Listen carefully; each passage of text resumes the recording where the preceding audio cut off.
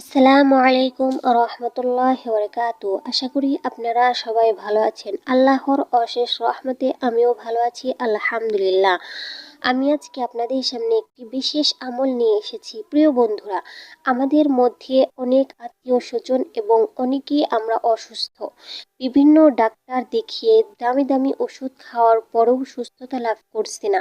প্রিয় বন্ধুরা, আমরা কি জানি রাসূল সাল্লাল্লাহু আলাইহি ওয়াসাল্লাম অসুস্থ ব্যক্তির সুস্থতার জন্য একটি আমল রেখে গেছেন, যেটির মাধ্যমে আমরা অসুস্থ থেকে সুস্থতা লাভ করতে পারি।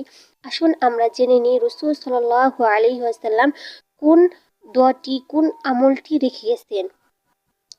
আয়েশা রাদিয়াল্লাহু তাআলা আনহা হতে বর্ণিত, রাসূল সাল্লাল্লাহু আলাইহি ওয়াসাল্লাম এর কাছে কোনো রোগী আনা হলে কিংবা তিনি কোনো রোগীর কাছে আসতেন, তখন এই দোয়াটি পড়তেন: আল্লাহুম্মা আযহিবিল বা'সা রাব্বান নাসি ওয়াশফি ফাআনতাশ শাফি লা শিফাআ ইল্লা শিফাউকা শিফাআন লা ইউগাদিরু সাকামান। অর্থ: হে আল্লাহ, মানুষের রব, প্রতিপালক, আপনি কষ্ট দূর করে দিন এবং রোগ হতে নিরাময় দান করুন। আপনি রোগ নিরাময়কারী, আপনার নিরাময় প্রধান ব্যতীত আরোগ্য লাভ সম্ভব নয়।